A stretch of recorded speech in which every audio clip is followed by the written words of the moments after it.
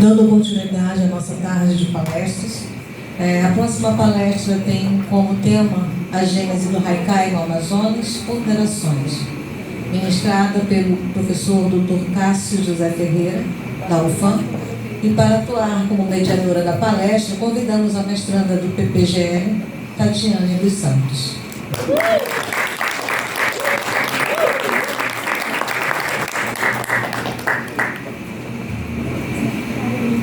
Tarde. Quanta responsabilidade, né, apresentar o nosso ministrante, que é coordenador do PPGL, né, o professor Cássio José Ferreira. E temos aqui, é engraçado pedir a bio dele porque é imensa. Então, como nós temos apenas 40 minutos e estamos priorizando, né, tudo isso, ele é doutor em literatura e programa em pós-graduação em letras, né? E, além de estudar várias literaturas, ele também foi vice-coordenador do curso de letras, língua e literatura japonesa, vice-presidente da Associação Brasileira de Estudos Japoneses.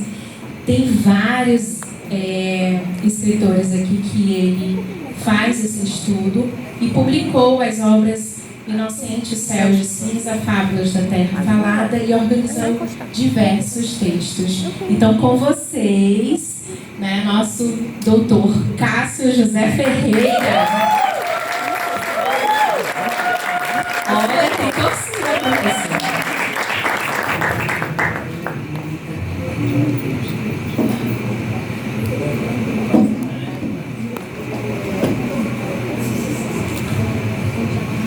Boa tarde a todos e todas, né? Obrigado pelo convite, professor Udeia, a todos os presentes, obrigado pelo interesse, né, na palestra.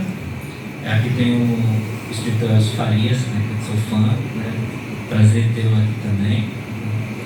E agradeço a todos. Então nós vamos falar de forma rápida sobre Haikai, né? E esse início dele em terras amazônicas, principalmente aqui no Amazonas. Eu sou o professor Cássio, como já disseram. Como eu sou professor de língua e literatura japonesa, então meu foco sempre vai ser mais na literatura japonesa. Pensar o Haikai, pode mudar um pouquinho, pensar a gênese do Haikai, a gente tem que pensar o que é Haikai, né? Parece ainda um nome estranho, apesar de ter vários escritores no Amazonas que pesquisam o Haikai, que pesquisam e que produzem o Haikai, né? Ainda é algo diferente, é um pouco quase que exótico você fazer Haikai ou estudar sobre o Haikai. Nós aqui, né, temos vários escritores desde a década de 40 para cá que pesquisam, que produzem Haikai, né, das suas mais variadas formas, né? Aqueles que se aproximam daquele terceto, que é um poemeto pequenininho, né, um terceto com a métrica 575, essa métrica silábica que nós utilizamos, métrica poética, para contar. Alguns seguem, outros não, né? Outros colocam um título que não tem no Haikai tradicional, outros colocam rima, né? Mas tudo está valendo, né? A partir desse espelhamento do tradicional Haikai japonês, e nós produzimos bastante aqui no Amazonas. Então essa gênese, eu trago aqui o texto do Roberto Evangelista, um poemento dele, dentro da papoula, o Pirilampapaga da fada, né? Isso aqui está lá, o Crisâmbro de 100 Pétalas, de 1985.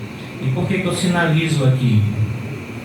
Eu sinalizo porque lá ao final eu vou comentar isso, mas é um dos livros mais importantes na produção haikaísta no Amazonas, essa produção de 85.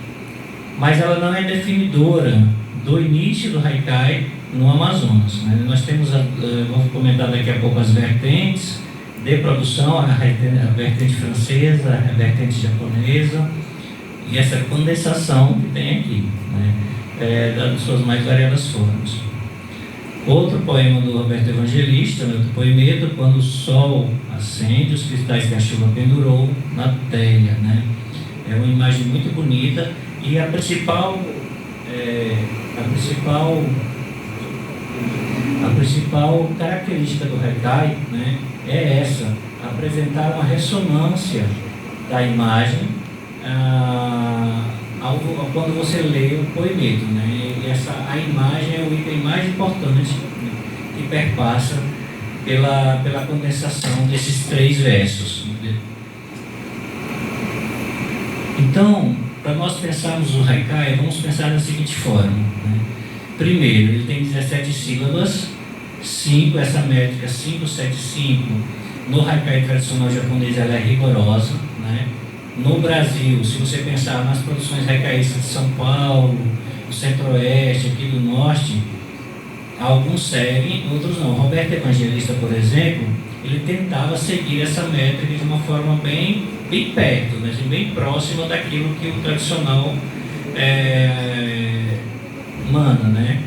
Então, e esse Haikai, esse poemeto, se você pensar na sua consolidação, como nós conhecemos aqui no Ocidente, ali no século XVII, por Matsubasho, em 1644, por exemplo, você tem um Haikai que tinha uma visão filosófica e religiosa, né, ali com um cunho mais zen, mais budista.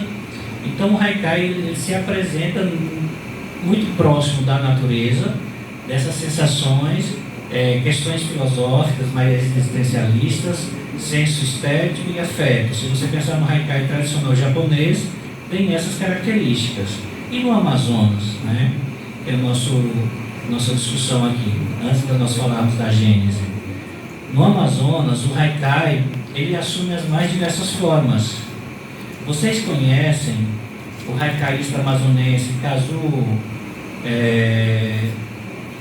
agora fugiu o nome. Satsuma. Kazuo Satsuma. Você conhece esse haikaísta? Alguém já ouviu falar nele? Dele? Que é o Bacelar, né?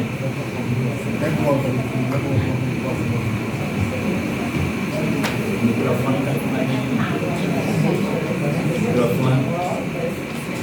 Alô? Pronto. Então, o Kazuo Satsuma realmente existiu, né? Foi um mercante da marinha japonesa, de uma cidadezinha do interior do Japão chamado Kagoshima.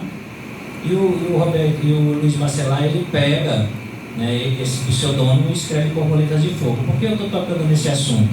Porque Borboleta de Fogo, ele sai daquilo que realmente o Haikai tradicional desenha, né, a natureza, a sensação, a filosofia, o senso estético e afeto. Ele se transforma numa espécie de crítica, né, em relação ao texto do José Sarney, Mortos de Fogo, e aí destoa um pouquinho do Haikai. Então, no Brasil, se você olhar as produções que existem, e principalmente no Amazonas, você tem vertentes diferentes, né, que o Haikai foi assumindo, né, características diferentes que o Haikai foi assumindo, que não faz parte do Haikai tradicional japonês, né, mas é um espelhamento e um rumo diferente, uma ramificação diferente que assume. E aqui no Amazonas, Luiz Bacelar consegue fazer isso com o Haikai.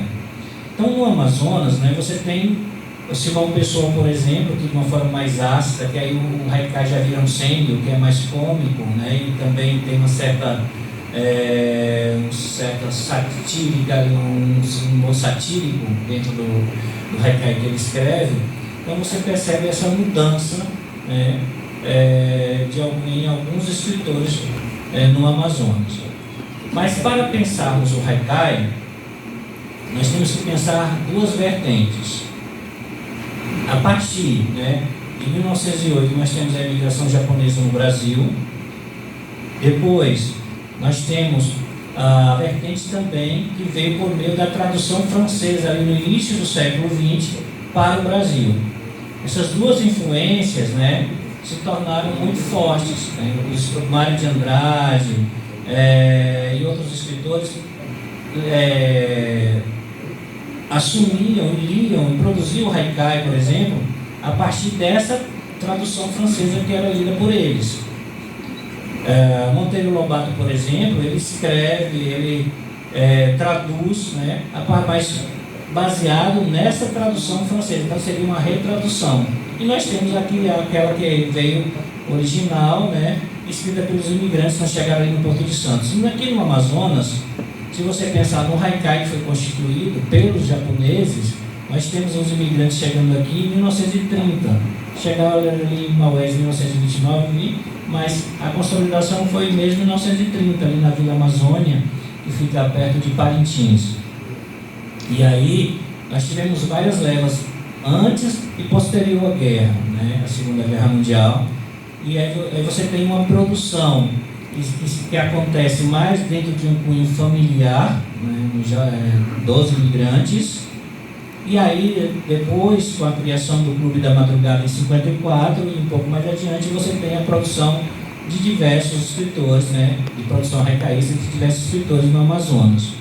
Lembrando que essa produção é uma produção ainda mista, não é uma produção somente de haikais, que vai acontecer ali em 1985 com Roberto Evangelista, Luiz Bacelar e Crisóstomo Sem Pétalas. Então, o Amazonas ele se torna um polo muito forte dessa produção haicaísta. Claro que você tem São Paulo e o Sudeste, que tem vários grêmios, né? Aqui você tem o Clube da Madrugada e mais adiante você tem o Grêmio Sumaúma, que produzem haikai, ou produziram haikai nessa segunda metade do século XX aqui no Amazonas. E ainda hoje, né, no século XXI, ainda há produções relevantes. Para a gente pensar essa literatura no Amazonas, né, é importante pensar como é que se consolida a literatura, de uma forma geral. E nós temos aí a Muralha como definidor dessa literatura no Amazonas, né, por meio, isso aqui foi um texto que está lá na literatura no Amazonas do Tenório do Teles e do Graça, Tenório Teles e do professor Graça, né, um livro maravilhoso, que vai falar dessa questão de narração, heroísmo, assunto nacional maravilhoso, né, que seria também o primeiro documentário literário. Logo na sequência, nós temos a Belle Époque, né, que ali no final do século XIX, início do século XX, que acompanha também o que a professora Inácia vai dizer, aquele boom da borracha, né, e depois a decadência, que seria essa movimentação mais romântica, de uma forma atrasada. E aí, na década de 50, você tem, estou falando isso em língua portuguesa, né, você tem aí o Clube da Madrugada, que seria uma forma, o haikai entra no Clube da Madrugada como uma forma de, não de contestação, mas algo que está em voga na França, aparece como resquício ainda daquela Belle Époque e aparece no Clube da Madrugada. Se uma pessoa vai dizer na década de 70, 80, todo mundo queria escrever haikai, por isso eu escrevi lá, matou, baixou e foi ao cinema. Eu estava conversando com ele, porque todo mundo criticava, estava fazendo haikai e eu achava que o haikai não tinha um peso, que era uma literatura muito fácil, uma poesia muito fácil. E não é bem assim, né? E aí, esses autores em vermelho, nós temos o Jorge Tuffi, Luiz Bacelar, Astrid Cabral. Você que lê os poemas da Astrid, em alguns momentos ela escreve alguns haikais, né, bem poucos, mas escreve. Ernesto Penafort, né?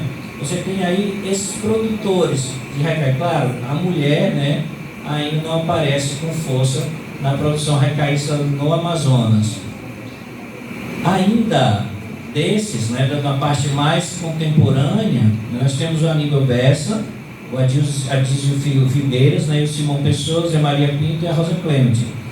No Grêmio Sumaúma, que vai aparecer a Rosa Clemente, né, como produtora de haikai, e ela escrevendo em inglês, ganhando prêmios e também concorrendo como em grupos haicaístas, tanto no Japão como nos Estados Unidos, e ela se destaca nessa produção haicaísta no Amazonas ali, já no final do século XX. Uma entrevista que eu fiz com ela ainda lá em 2019, ela dizia que, assim, existem várias escritoras no Amazonas, várias poetisas, mas o haikai ainda tinha uma sombra de medo no fazer dessas poetisas, né? Porque elas não, talvez por desconhecer a sua gênese, a questão tradicional do haikai, elas não aventuraram nessa seara.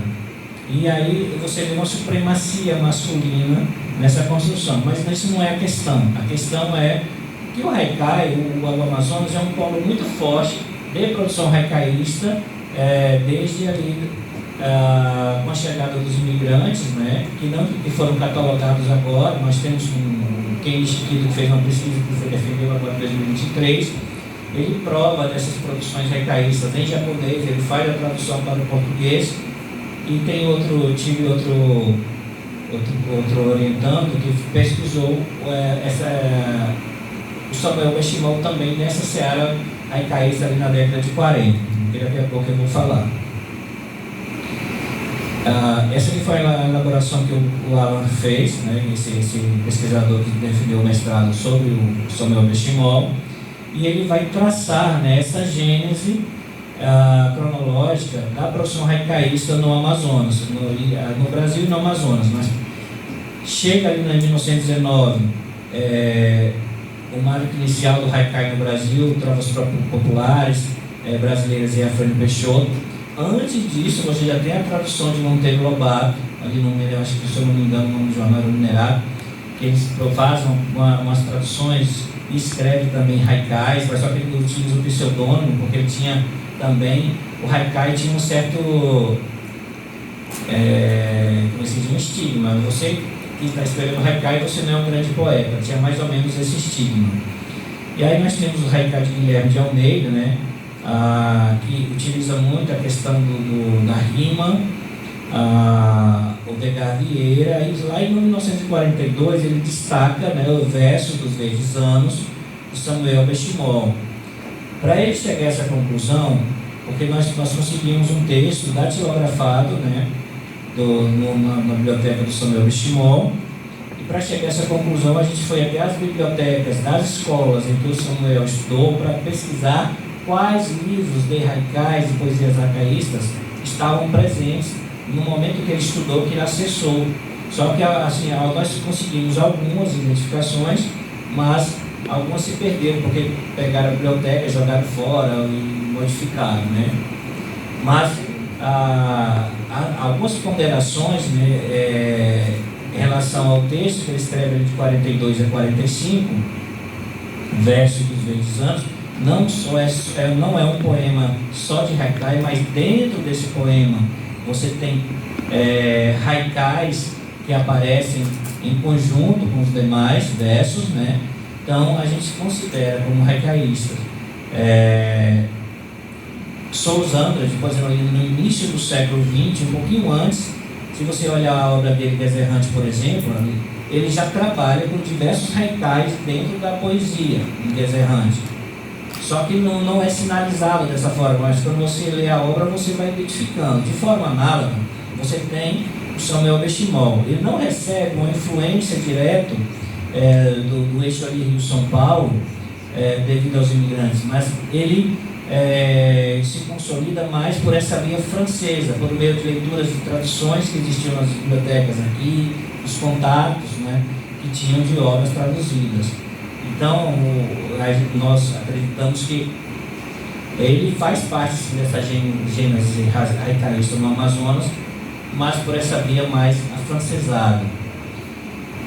Nós temos ali em 85, que é o Crisântemo Sem Pétalas, que realmente é aquele que difunde, que alcança um público muito grande, tem destaque na mídia no Amazonas. Lembrando que esse texto do Samuel Benchimol não chegou a ser publicado. Ele escreveu e ficou ali, mas não chegou a ser publicado. O Crisântemo não, ele tem aquela, não sei se vocês conhecem, aquela caixinha de madeira. Eu tenho o maior medo de alguém emprestar para alguém, né? Eles são raras.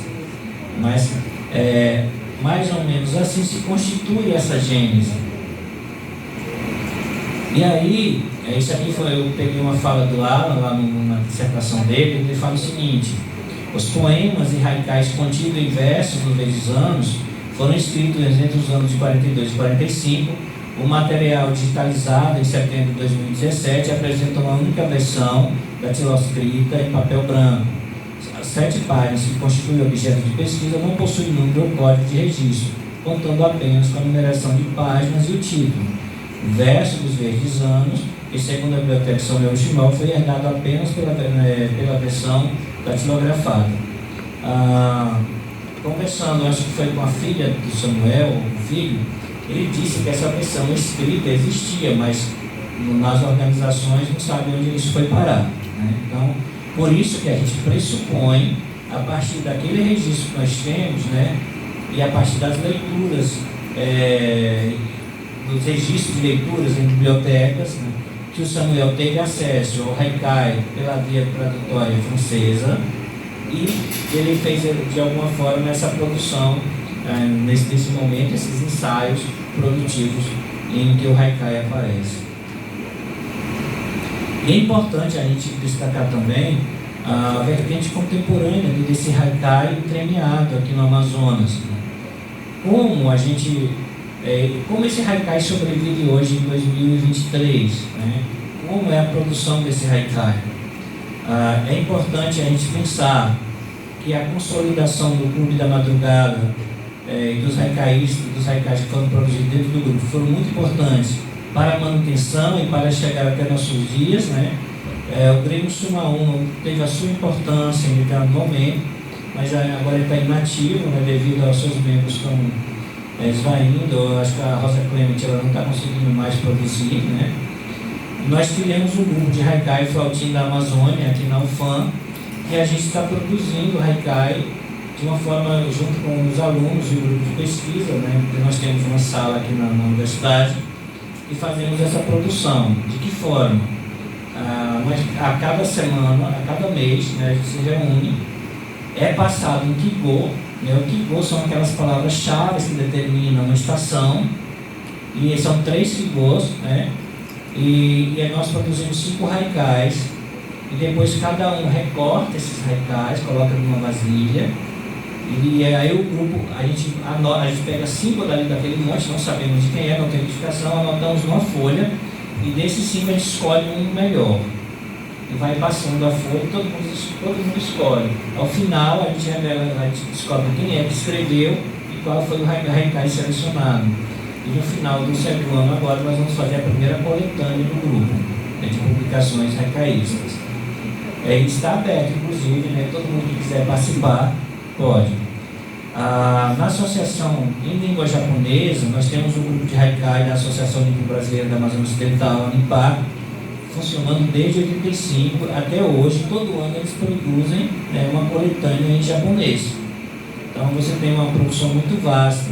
Além dessa produção que existe na ANIPAC, em japonês, a gente está traduzindo alguns. Existem escritores e escritoras, né? Eu acho mais, em japonês, são mais escritoras do que escritores, né? E publicaram, por exemplo, diversos livros de Haikai falando sobre a Amazônia, de uma forma geral. E aqui é importante destacar, pensando agora na produção produzida em língua japonesa, agora no século XXI, 2023, os haikais produzidos pelo Grêmio de Haikai da Associação Nipo-Brasileira, né, elas seguem o haikai tradicional e mantêm, né, todas aquelas obrigatoriedades. Entre elas, né, nós temos o Kigô, como eu já disse, que é essa indicação de tempo em relação à estação do ano. Por exemplo, tem um elemento ali que indica, por exemplo, a libélula, que indica o verão, por exemplo. Você tem, então, a libélula é um Kigô de verão. Você tem uma palavra determinante, né, que é utilizada para a construção do poemeto naquele dia. E o kiredi, que é aquela cisura. Isso acontece mais no japonês, por exemplo. É como se você fizesse a pergunta, o que é, sugere uma resposta e tem uma resposta definitiva. Essa cesura, esse corte, é o kiredi, né? Eu coloquei aí, isso está na pesquisa do Kenichi Kido, né? Encontros Haikaísta da poesia japonesa no Amazonas, está no repositório da UFAM, já foi defendido em 2023. Em relação ao Kigô, por exemplo, o Roberto Evangelista, ele segue os Kigôs, né?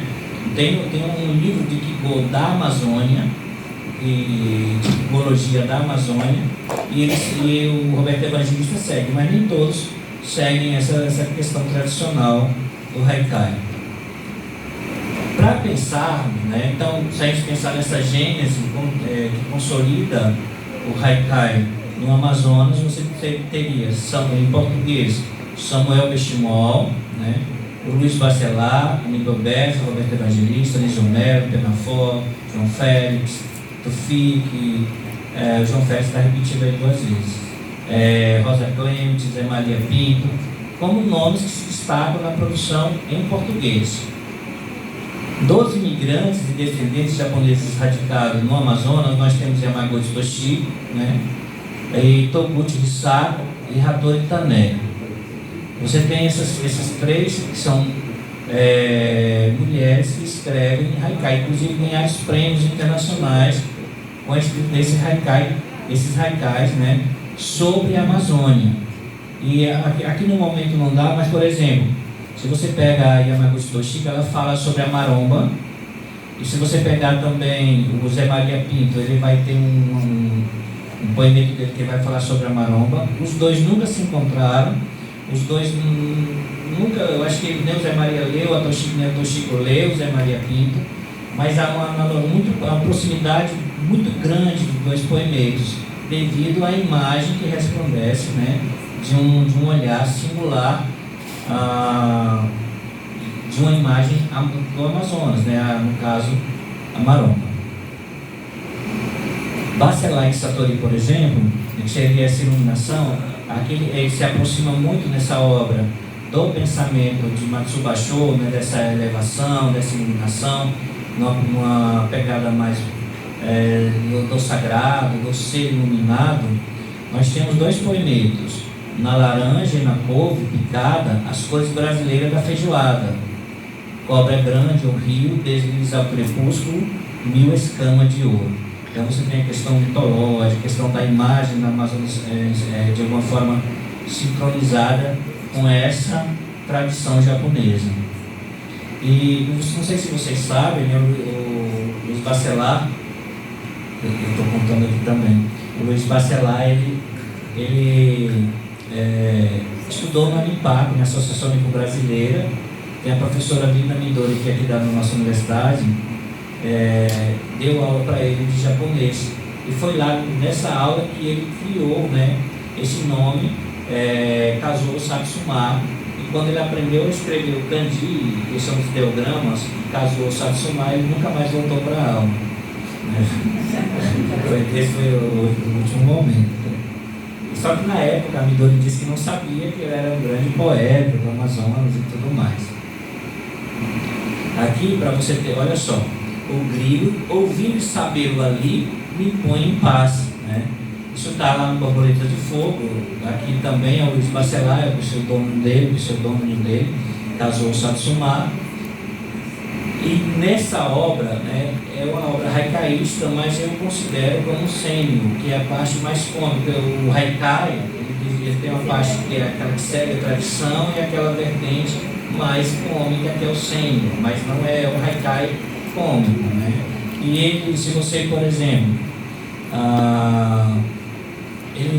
eu não lembro agora de cabeça, de Borboleta de Fogo, mas ele vai falar de imagens do Maranhão, e assim que é muito hilário, você lê e você fica rindo, né? Parecendo assim um Milor Fernandes cômico, da forma que ele olha para o Maranhão, porque ele faz um contraponto, principalmente em relação ao prefácio do livro do Marimbondos de Fogo, em que o prefaciador do livro, do José Sarney, ele compara José Sarney ao poeta português, né? Fugiu o nome. A psicografia lá, o Fernando Pessoa. Obrigado. Então ele compara o José Sarney a Fernando Pessoa. E no livro de Luiz Bacelar, ele faz essa desconstrução, né? Ele fala, vou ensinar você, como se fosse, vou ensinar você a fazer poesia, porque poesia você faz com 3 poemetos e ainda assim tem um grau muito elevado, não dessa forma que você escreve esses montes de palavras aí sem sentido. Mais ou menos assim quando você traduz toda a obra do Bacelar em relação ao Marimbondos de Fogo. Então um artigo que eu escrevi para a OEA que fala dessa questão. Nesse caso aqui, flauta na floresta, o vento sopra nos furos do bambu brocado, né, do Aníbal Bessa. O vento e a floresta é o movimento, a música provocada nos furos do bambu é a flauta, é o efêmero, a experiência única, o agora, que não se repetirá jamais. Isso também se aproxima muito da ideia haikai-ista, zen budista do Matsuba Sho, que é como se fosse o Shakespeare do haikai no Japão. Eu não vou mostrar tudo, né, mas só alguns pontos aqui. Em Passo d'Água, Canaranas Moreiruso, Peixe-Boi e Ruína. Aqui em Minas Orações, que do Roberto Evangelista, já no século XXI, o autor procura mostrar o ciclo da vida harmônica da região amazônica, destacando pastagens que crescem graças à enchente, que por sua vez alimenta o peixe-boi. Então, esse olhar muito pontual, muito retangular, muito delineado de uma imagem. O professor Guedelha, que é um escritor também de haikai que está aqui, todo dia ele posta de manhã no seu story, eu acho, 2 haikais, né? E essa visão do Amazonas, ou da Amazônia, é muito clara da forma com que ele pontua lá. Ensinos de Papel, também Tufi, que vai falar um pouquinho disso, né? Eu adoro, esse aqui é um dos haikais que eu mais gosto dele. Pitanga madura, no galho penso de orvalho, uma gota se pendura. E aí ele utiliza aqui, eu só trouxe para ilustrar também a forma Guilherme de Almeida, que são as rimas, né? O haikai tradicional não tem rima, mas o Tufi, que ele utiliza a rima como suporte da sua forma criativa. E aqui a Rosa Clemente, né, que em português é a única mulher que aparece, conjunto com Astrid Cabral, Sol no lombo, do boto cor-de-rosa, Rio Negro clareia, né? Então é um poema maravilhoso que ela traz. Para você ter ideia, isso aqui é um poema da Toshiko Yamaguchi Toshiko, Sair Kono, Aidiwa Tucumã, Yashinoshi. Você tem o Tucumã aparecendo como imagem, né, como uma paisagem do Amazonas no poemeto. No palmito do Tucumã que se encontra o melhor sabor, né? Então você tem também na produção japonesa esse olhar muito próximo da terra da Amazônia, do Amazonas, né, de uma forma geral. Então, para a gente pensar a gênese do haikai, né, porque eu quero que vocês façam perguntas, por isso que eu estou andando um pouquinho rápido, pensar que o haikai se consolida no Amazonas a partir da década de 30 do século XX, com a chegada dos imigrantes japoneses e também com a escrita de Samuel Bishimol, é salutar. Mas, na minha concepção, né, o crisântemo de 100 pétalas, os crisântemos de 100 pétalas, é o definidor, né? É aquele que expande, aquele que consolida, é aquele que difunde de uma forma mais verticalizada, né, o poemeto no Amazonas. Luiz Bacelar e Roberto Evangelista, né, utilizando as leituras, as experiências em relação às imagens que já estavam consolidadas nessas experiências e nessas vivências, né, eles traduzem isso para o haikai e, de alguma forma, ao escrever Crisântemos de 100 pétalas, eles conseguem, acho que, quebrar aquele preconceito em relação à produção haicaísta no Amazonas. Então, apesar desses indícios, né, da gênese ter começado na década de 30, com a chegada dos imigrantes, em português, com Samuel Bishimol, isso não pode ser descartado, mas a consolidação, de uma forma bem verticalizada, acontece ali em 85, com a publicação de Crisântemos de 100 pétalas. E é um livro maravilhoso, assim, é um livro que você tem que colecionar, pena que não tem mais uma publicação, né? Deveria ter uma segunda publicação patrocinada por alguém. Então, falar de haikai no Amazonas, né, é a gente olhar também em vários momentos da sua história. A história, o Amazonas, ele é concretizado de alguma forma por imigrantes, né? consolidado por imigrantes. Se você olhar a história antes, posterior ao ciclo da borracha, ela é permeada por imigrantes. E não menos importante, a migração japonesa, que chega aqui na década de 30, no Amazonas, ela é capaz de imprimir, de consolidar diversos elementos culturais, e na literatura o haikai é o que é de alguma forma intensificado por essa como é que se diz, por essa inspiração do imigrante japonês. Eu não sei se vocês sabem, mas aqui no Amazonas nós temos três colônias, Todo mês de agosto, por exemplo, nós temos o Mondori, que é uma dança que a gente faz, um festival que acontece muito grande nessas comunidades, em que se festeja a vinda dos mortos, para em agosto na tradição japonesa, é quando o morto vem, o espírito do morto vem para verificar como é que a família está. Então eles dançam, porque se fosse para ficar, se o espírito chega e a família está ali triste, ele vai ficar triste e ele não vai conseguir ir embora e viver bem lá no outro plano. Então, para o japonês, ele tem que dançar, mostrar alegria para quando ele chegar, falar: está tudo bem, vou embora, não consigo mais voltar. Nesse sentido. E aí, e a paisagem para o Japão, preservação ambiental, até eu tirei uma disciplina chamada literatura ecocrítica, que eu vou utilizar o haikai nessa disciplina. A preservação ambiental, a paisagem é muito forte na produção, na visão do japonês. E também essa paisagem amazônica, que ela é muito mais forte, se você pensar com a paisagem do Japão, a paisagem amazônica tem uma intensidade muito maior, porque tudo é muito intenso, a floresta é intensa, a folha é intensa, os insetos são intensos, e isso perpassa na produção haikaísta que aqui chega, e na permanência dessa produção que continua, Se a gente pensar, nós não temos poucos grupos produzindo hoje, mas nós temos diversos autores ainda produzindo. Nós temos nosso grupo agora, nós temos o professor Bedeia, quem mais? O Zé Maria que estava escrevendo um livro de haikai que vai publicar recentemente, futuramente, então você tem escritores. Hã?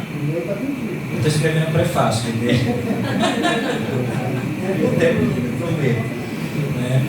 Então, tudo isso se deve pela consolidação em língua portuguesa, que acontece ali no Crisântemo de 100 pétalas, apesar de uma gênese de ponderações que existem anterior a isso, e também por uma permanência dessa produção em língua japonesa.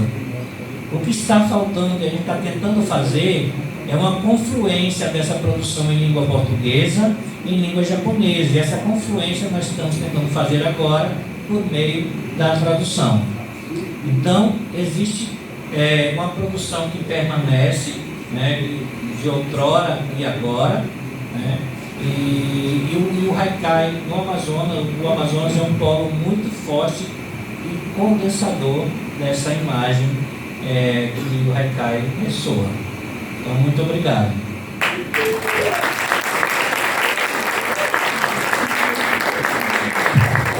Muito obrigada, professor, pelas contribuições. Alguém tem alguma pergunta?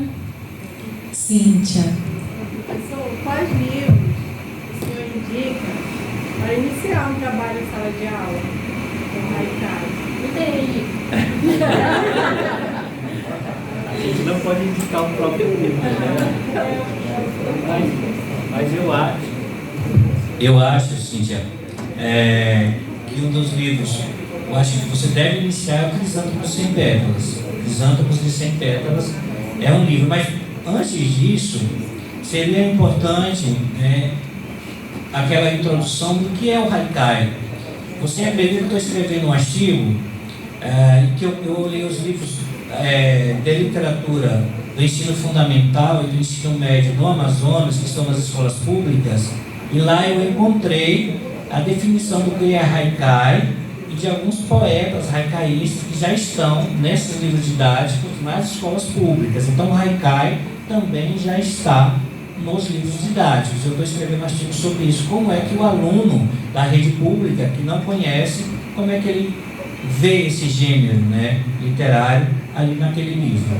Mas eu acho que quando você fizer essa introdução, Crisântemos e Sem Pétalas é um livro interessante para você começar, até porque ele é ilustrado e tem uma linguagem não, mas a imagem é muito forte que ressoa de cada poemeto. E eu acho que o aluno consegue fazer essa ligação com a paisagem que ele conhece.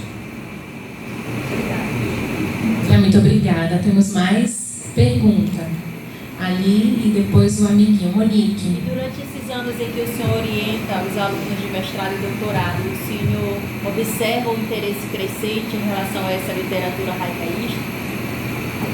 Olha, eu observo, nos alunos de língua japonesa já tem um interesse grande pelo haikai. Isso mostra, por exemplo, no Japão, tem uma universidade de Aichi que ela pesquisa de uma forma muito intensa o haikai no Japão e no Brasil. E aí, o PPGL, como minha pessoa, nós fizemos um acordo de pesquisa, né? E a gente está escrevendo uma pesquisa sobre o haikai no Japão, no Brasil e no Amazonas, que vai sair num livro lá no Japão em 2024. Então, assim, mostra o interesse também. Eu acho que são 5 professores lá, inclusive virão agora em agosto para um congresso no Brasil, que falam sobre o haikai no Amazonas. E para você ter ideia, o Roberto Evangelista e o Luiz Bacelar, lá na obra Crisântemos e Sem Pétalas, isso é porque eu tenho que coloquei aqui para a única obra traduzida para o japonês lá, aqui produzida no Amazonas, uma obra haikaísta produzida no Amazonas que está traduzida em japonês. Mas em relação aos orientandos têm interesse sim. Tem uma orientanda de TCC agora que concluiu sobre haikai e ela pretende continuar a pesquisa no mestrado. Temos ali o amigo para fazer uma pergunta e depois a próxima. Professor, existe a possibilidade ou algo, pegando aqui o que a gente está falando sobre interesse, do fortalecimento dessas questões, nas questões de tecnologia da informação, para que isso seja, por exemplo, para que tenha a mesma força que os memes, por exemplo, de hoje? Se existe essa visão de para que essa questão do haikai ela seja assim, Que viralize o haikai. Isso, que seja que vá para dentro dessa tecnologia da informação, viralizando, como os memes viralizam. Qual é o seu nome? Alessandro, já existem alguns haikaistas no Brasil que fazem isso, né, de criar como se fosse uma espécie de vídeo poesia, mas utilizando o haikai, né?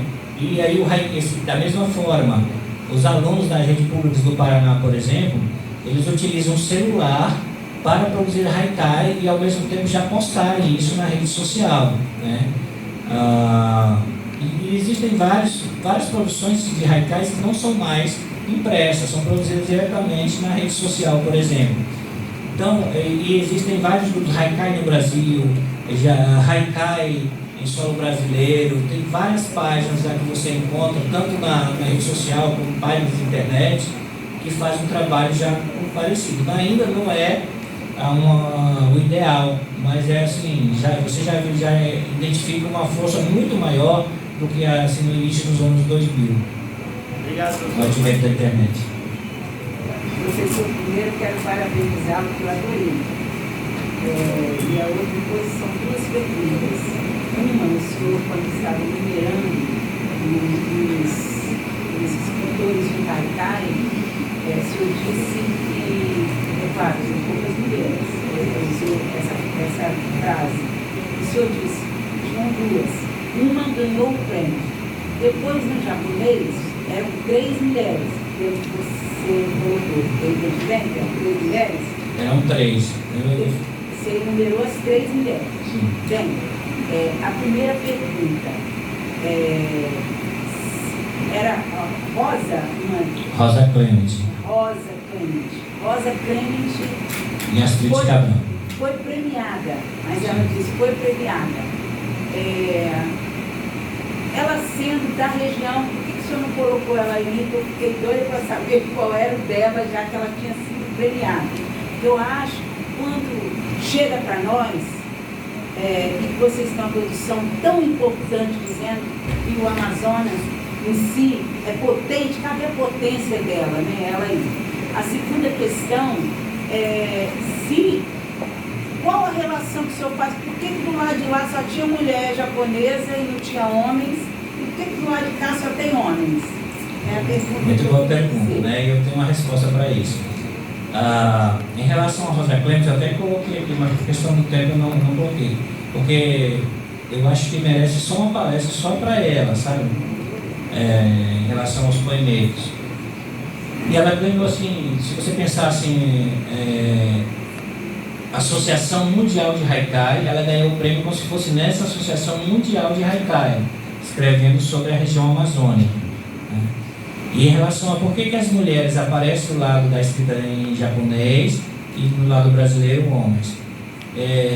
Lá em 1800 e alguma coisa, a Risako é uma escritora japonesa, e aí lá as mulheres nessa época, devido a uma questão machista mesmo, eram quase apagadas do meio literário. Você tem, ela fala assim, mais ou menos um poemeto mais ou menos assim: nas amarras do kimono, né, afogam muitos zeus. Foi mais ou menos assim um poemeto. Quer dizer, nos botões, enquanto ela estava tirando ali o kimono cheio de botões e tal, ela está ali, e ele tem uma amarra que é um ubi, né? Ela estava pensando justamente nisso, mas fazendo uma metáfora em relação a como a mulher era presa dentro da sociedade.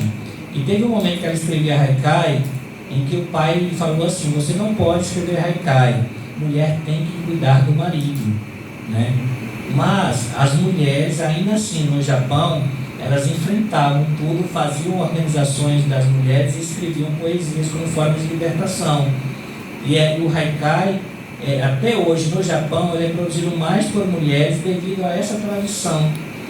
Então, as mulheres aqui no Brasil que vieram por meio da imigração, as mulheres japonesas, elas sofriam tanto, e a única forma, talvez, de amenizar aquele sofrimento do desconhecido, da intensidade da floresta amazônica, de ficar sozinha porque o homem saía e voltava 3, 4 dias depois, era a produção haikaísta. Os japoneses têm mania de escrever, até hoje, como se fosse todo dia produzir um haikai. E aí isso se perdeu, a gente não tem um material mais robusto em relação às mulheres, né? Só tem aquelas que realmente publicaram o livro, porque na década de 40, ali em 45, durante a Segunda Guerra Mundial, a Vila Amazônia foi tomada, porque os japoneses compraram a Vila Amazônia, e o governo brasileiro tomou a Vila Amazônia e deu para o J.G. Araújo. E isso, né? Então, os japoneses eram perseguidos pela polícia. Quando a polícia chegava à casa deles, que tinham aqueles escritos, achavam que eram coisas de traidores, estavam escrevendo alguma coisa, né? Algum comunicado. Então, o que eles fizeram? Eles queimaram todos os escritos que tinham ou enterraram, né? E porque aqueles que eram pegos com isso iam para uma fazenda lá em Tomeaçu, no Pará, como se fosse um campo de concentração. Por isso que a maioria dos escritos se perderam por causa disso. Porque houve um espalhamento mesmo dessa imigração. Mas em relação à produção haikaísta no Japão por mulheres, se deve a isso, né? Por uma tradição mesmo, devido ao sufocamento da sociedade que fazia em relação à mulher. Já no Brasil, né, eu acho que cabe um pensamento maior sobre o Clube da Madrugada. Por que a mulher não aparecia com tanta intensidade dentro da Bíblia? Eu não tenho assim palavras, não tenho a resposta, mas cabe uma pesquisa sobre isso, né?